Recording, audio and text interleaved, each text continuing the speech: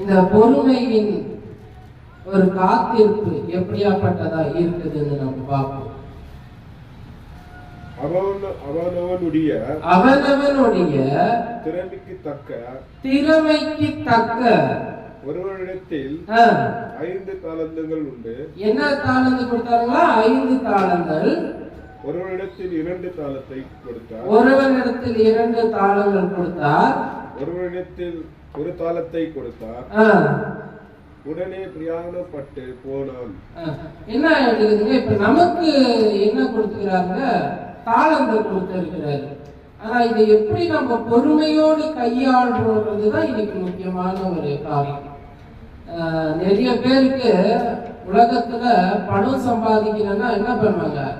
என்னென்ன செஞ்சு உடனடியா சம்பாதிச்சு உடனடியா நான் வீடு வாங்கி நான் பெரிய ஆளாயிடணும், அந்த ஒரு எண்ணம் இருதயத்துல வளர்ந்தாலே அவங்களுடைய வாழ்க்கை என்ன ஆகாதுங்க? நிலையா இருக்காது. யாரு கஷ்டப்பட்டு தான் சம்பாதிக்கிற சம்பாதனையில நேர்மையும் நீதியும் சமாதானத்தோடு இருந்து அதுல அவன் வாழ்ந்தா அது அவனுக்கு நிலையா இருக்கும்.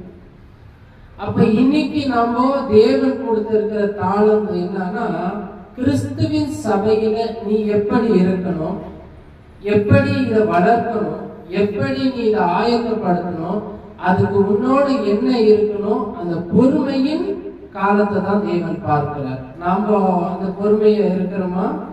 எப்பொழுதும் பொறுமை இல்லாத எடுக்கிற முடிவு என்ன ஆகும்? தவறதான் போகும்.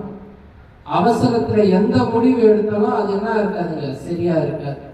ஒரு 10 நிமிஷம் 5 நிமிஷம் 10 நிமிஷம் உட்கார்ந்து யோசிச்சு இது சரியா தவறா என்ற நம்ம யோசிச்சு அந்த முடிவு எடுக்கும் போது அது சரியா வரலாம். அது கிறிஸ்துவுக்குள் இருந்தவர்கள்.